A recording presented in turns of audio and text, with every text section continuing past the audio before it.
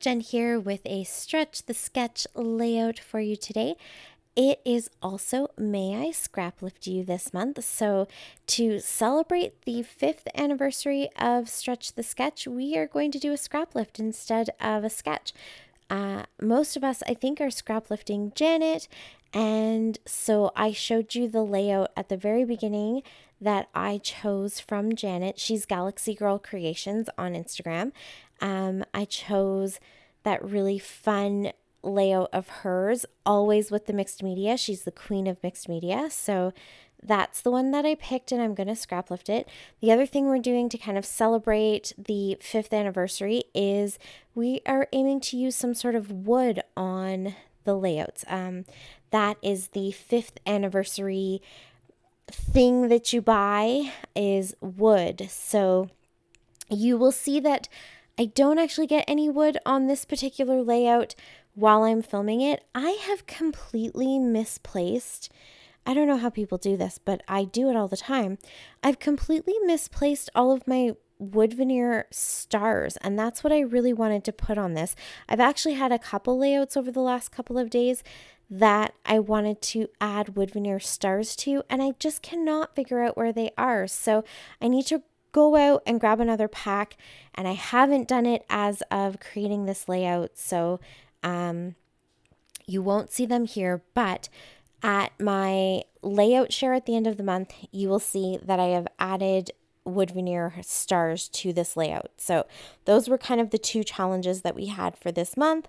And then of course we're changing the size up. So Janet's layout is a 12 by 12 and I am turning it into an 8.5 by 11 because the photo that I am scrapbooking is from 2022, and that whole year I'm doing all of my layouts as 8.5 by 11. And then just to give myself something a little bit different, a little bit fun, I've been playing around with interactive layouts quite a bit lately, and so I thought I would turn this one into a bit of an interactive layout. So that's actually what I just did there. I've got my cardstock, which is the base for the sort of like the background page, and then I grabbed another piece of cardstock, cut it in half, and now I've got two flaps that are going to open up to kind of reveal the layout underneath. So that's my little kind of fun interactive element, and rather than turning this into a conventional 2-page layout, I'm kind of doing it this way instead. The other thing that I will mention is I am actually using one of my page kits for this week. Usually we don't post the layouts that we create with our page kits on Sundays, but I am doing that because my daughter is actually graduating at the end of the week, and I just know that probably Friday, maybe Saturday too, because the week is just starting to get ahead of me. At least one of those days I'm probably not going to post. And so I wanted to go ahead and grab one of the page kits, and I'm going to post it today, but you will also see the kit reveals tomorrow. So you're getting a bit of a sneak peek at one of my page kits. But if you come back Monday, you'll see the actual video where I put all of these kits together. I just figured I'd give myself a little bit of a buffer just in case things get super busy and I don't end up being able to post. Then at least I know I'm going to get all 5 of my layouts done in the right amount of time. They're just not all quite in the right order. And if for some reason I find some time to get layouts posted and get everything, all the voiceovers and everything done, I do have a couple of backup layouts that are planned to be posted next week that I can go ahead and pop one of those in on Friday or Saturday if I need to. So I jumped the gun just a little bit to give myself that buffer at the end of the week in case I need it. It is going to be a busy week between everything going on with the other 3 kids, just, normal life stuff, and then all the grad stuff going on with Kaylin. So that is why you are seeing a kit that I haven't actually revealed the video of me putting it together yet. So you can see basically what I've done here to create this interactive layout. I have The 8.5 by 11 green paper, that comes from Cardstock Warehouse. That's cut to 8.5 by 11. That's how I bought it. Thank you so, so much, Daisy, for helping me to get some Cardstock Warehouse stuff. And then the blue paper, same thing. It was already cut to 8.5 by 11. I just cut it down the middle, and then I just kind of crudely popped 2 hinges on there using washi tape. The washi tape that I tend to pick when I'm doing hinges like this is the washi tape that is more on the waxy side. So you can see it doesn't always stick as nicely to the paper, but it's a lot more durable when it gets folded back and forth. So the washi tape that's very, very kind of papery, over time, the more that you kind of bend it, it does start to crease a little bit and can rip, but it sticks to the paper a lot better. So I tend to go for the more durable washi tape, and then I just use my liquid adhesive to really glue it down and secure it to both sides of the paper. But I knew that I probably was going to cover up some of that washi. I picked washi that kind of went with the theme. It's a lighter blue and it has little stars on it. So I thought if I don't end up, completely covering everything up, that's okay too. But I knew at some point I'd probably cover up at least some of it. So I didn't mind that it was showing.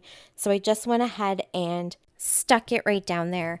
And then I grabbed out one of my stamping blocks and I just threw some blue paint on there, kind of like Janet's. She's got blue paint going on, blue kind of smushing and getting things all messy and fun, mixed media. And so I went for that same kind of blue. I knew it wouldn't look quite as vibrant and blue on this green paper. And this is quite kind of porous cardstock, so it definitely absorbed a lot of the blue color, but I went ahead and kind of smushed it down. I just used watercolors. There's no gesso on it or anything like that. If you needed it to be a little bit more opaque, you could definitely put some white gesso under there, and then the blue would really show up nicely on the white instead of on that green. But I just wanted to get a bit of a messy kind of look. The Rediscover Your Stash theme for this month is to get messy, and so I've really been embracing that, along with the How to Kill a Kit with Style theme, which is grungy. The two of them go hand in hand. They work really well together. This page kit that I put together is all using How to Kill a Kit with Style stuff, so it kind of had that grungy theme already. It's all cocoa vanilla papers from No Limits, Boys Rule, and Legendary. So kind of a mix of their boy collections. And a lot of them have that kind of grungy, distressed feel to them too. So I definitely wanted to make sure I played around and got, lots of colors and stuff like that. I kind of placed everything in the same way that Janet had it placed. And then I realized I actually still had that die cut that says awesome, because in her layout, she is using the No Limits collection. I think that one's No Limits, or it could be Legendary, whichever one it is. But I realized that I had a lot of the same things. I think it's No Limits. So I grabbed that awesome die cut. I also used the same paper to mat my main picture. So the main picture of Fox, that's the same paper she used in her layout as well. And then to the one side of her layout, that right hand side, she had that rainbow paper going down the edge. So I went ahead and popped that down my edge just to cover up the washi tape that was there on just the one side. I also added some texture paste. I think for her layout, she maybe used a stencil and kind of smushed some stuff, and then also maybe used the stencil and kind of stamped a little bit with it. But there was definitely some texture paste or some dimension in there, and so I wanted to get some texture paste into mine as well. So I just added that on top of my color, and I really like how the white kind of stands out, almost like a third color, a third contrasting color, I guess you could say, or grounding color in all of these pages. And then I did the same thing on the two side pages as well. So I didn't really stretch her layout or her sketch per se, but I just kind of carried it from the middle page to both flaps. So they both got some blue smushing, and then they also got some of the texture paste and the stencil, and then some of the same kind of elements of embellishment from the No Limits and Legendary and Boys Rule collections. So all in all, I think I get 5 pictures across this layout, and I tried to balance out a little bit of the rainbow paper and then the greens and the blues. They're all pieces that I put into the kit.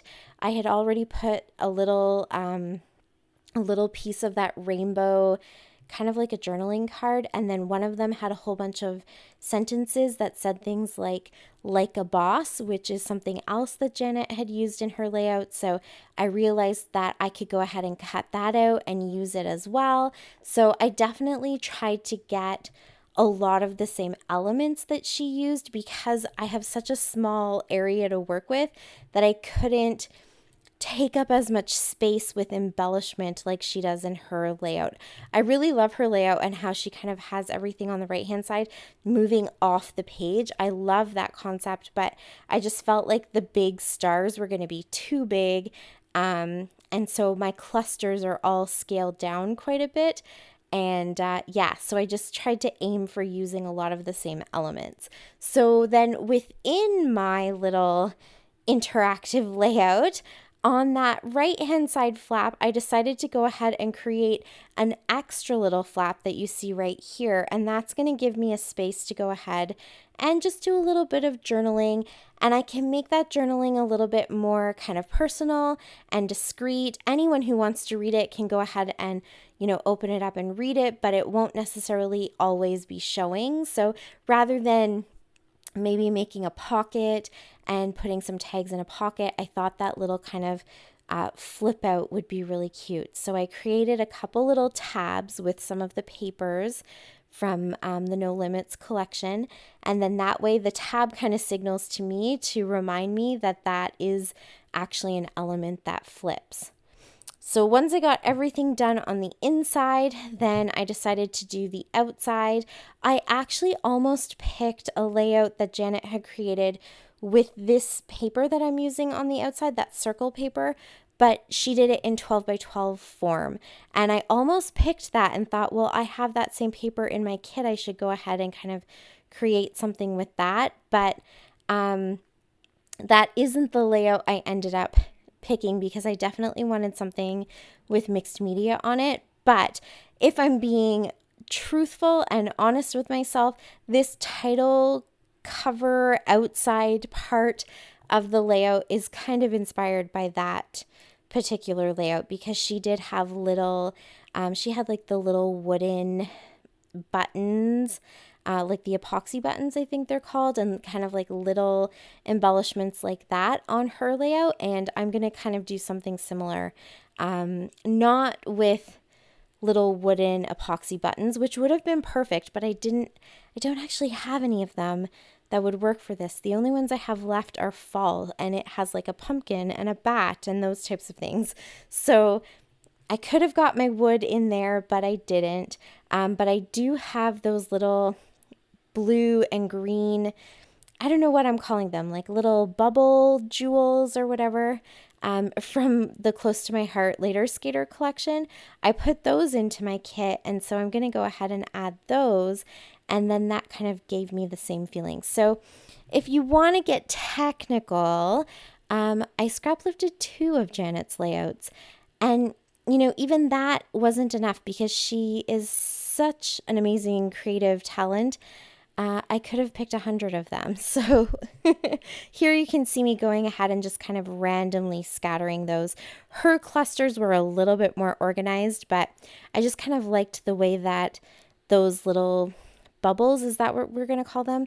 They kind of mimic like planets, and that paper kind of has that like planetary orbit feel to it. So I just made it a little bit random. And I added that "You Are Rad." That comes from the Boys Rule chipboard. I just thought that was kind of fun and gave me a larger title to put on that outside page. And I'm going to finish it off with some extra splatters of that blue paint just to bring some more of that mixed media to the outside of the layout.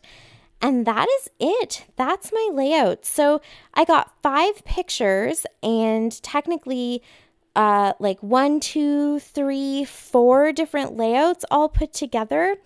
And I love it. I think it was so much fun. So thank you so much for watching.